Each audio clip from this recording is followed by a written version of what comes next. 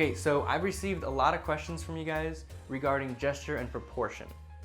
Gesture is primarily without proportion, but Roman is all about accurate proportion. How do I use each?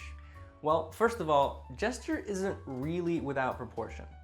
When practicing gesture, you shouldn't be distracted by proportion, but you should still consider it. Ideally, you will capture the gesture while staying true to the proportions, though that will take time to train your eyes to see. But I see what you're saying.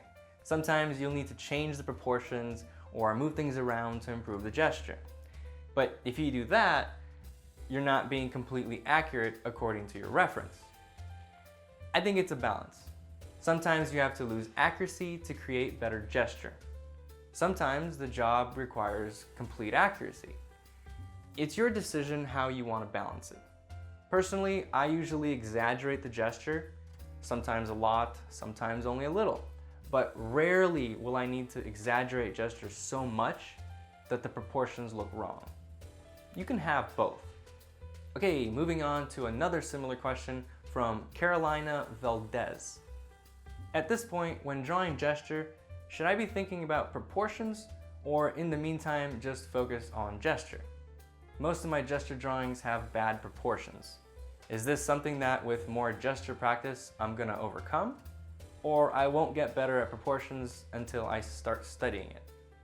As an artist, you will have to learn a lot of concepts, such as gesture, proportions, structure, shading, perspective, composition, color, the list goes on.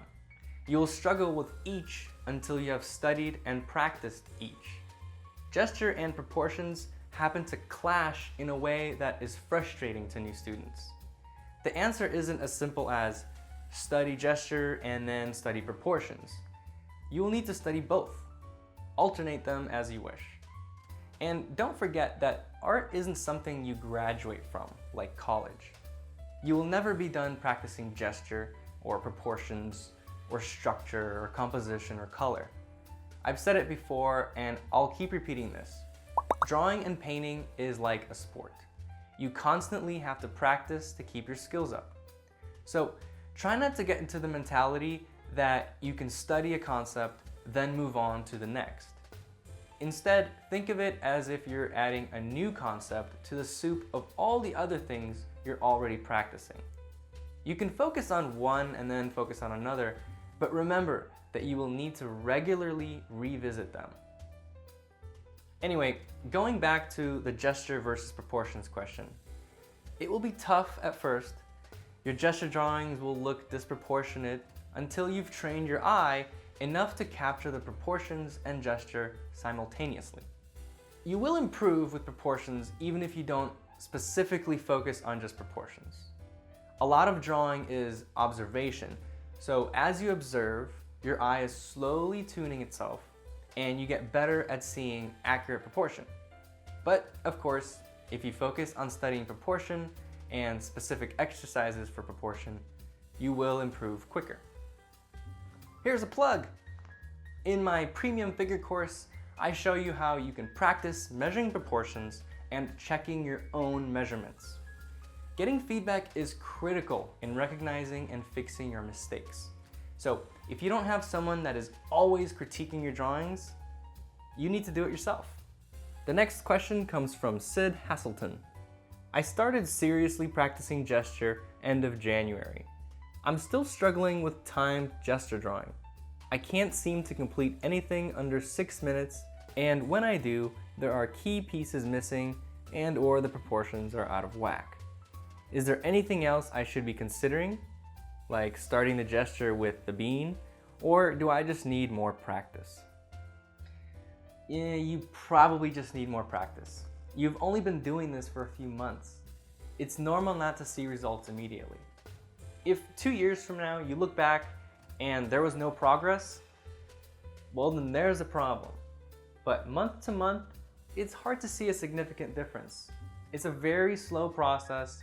That's why you just have to enjoy it. You're gonna spend years doing this until you get some sort of satisfaction.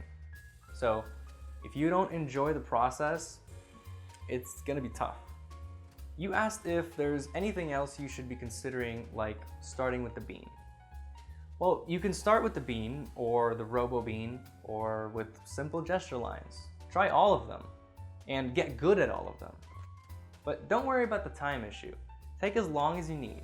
You will get faster. I know the feeling of the timer making you anxious, especially when you first start doing it.